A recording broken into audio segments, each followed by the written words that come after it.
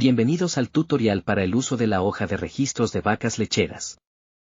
Esta hoja de cálculo desarrollada por Agrocampo JR, lo ayudará a llevar los registros individuales de sus vacas lecheras. Luego de abrir el archivo podremos observar una pestaña en la parte inferior de la hoja, a la cual le daremos doble clic. Al estar sombreada cambiaremos el nombre de la hoja por el número de registro de la vaca en función. El número de registro en la parte superior de la hoja se actualizará de manera automática al actualizar el nombre de la hoja. Inmediatamente procedemos a llenar todos los datos de la hoja con la información que poseemos de la vaca. Es importante al menos saber el número de registro y el nombre de la vaca. Los demás datos no son imprescindibles para el funcionamiento de la hoja de cálculo.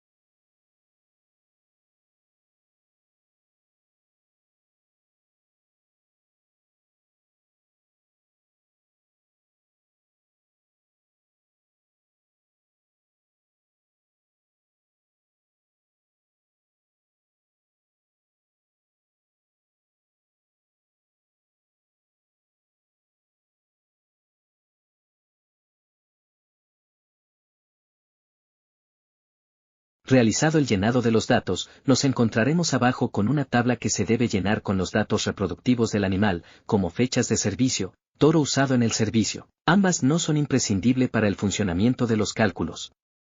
Las siguientes sí deben colocarse de manera efectiva: fecha de parto, fecha de destete.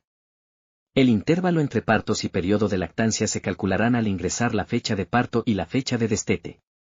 A la derecha podremos observar dos gráficos que se actualizarán de manera automática a medida que usted llene la tabla con los datos. El llenado de las celdas que deben contener fechas se debe hacer usando un formato de día del mes, número del mes, número del año.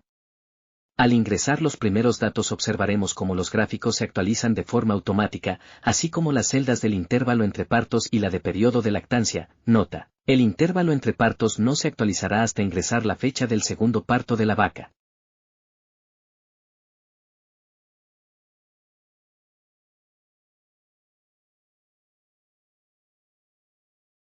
Más abajo conseguiremos dos gráficos referentes a el promedio de producción de leche por parto y el peso al nacer de los becerros por cada parto. Estos gráficos se actualizarán de forma automática al ingresar los datos en las tablas inferiores.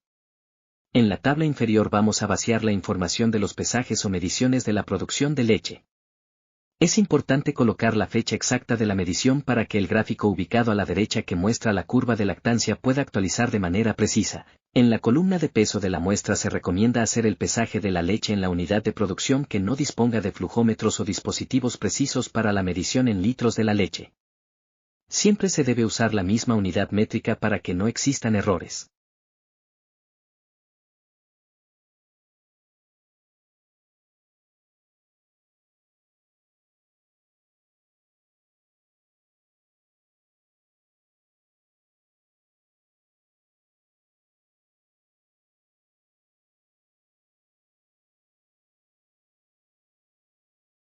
Llenaremos por completo la tabla para que observen cómo se ve la curva de lactancia después de varias muestras.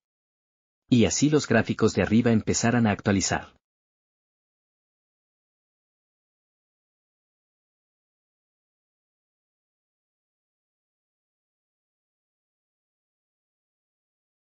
En la parte inferior izquierda de la tabla encontraremos otra tabla que debemos llenar con los datos del becerro correspondiente a dicho parto. Se actualizará el gráfico superior.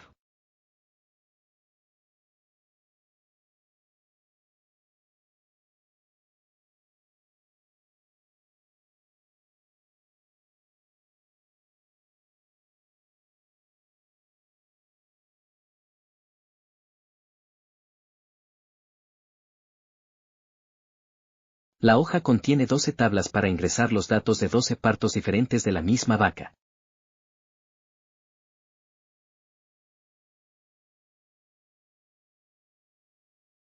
Para agregar más hojas al libro solo debes dar clic con el botón derecho del ratón sobre la pestaña donde está el número de registro de la vaca.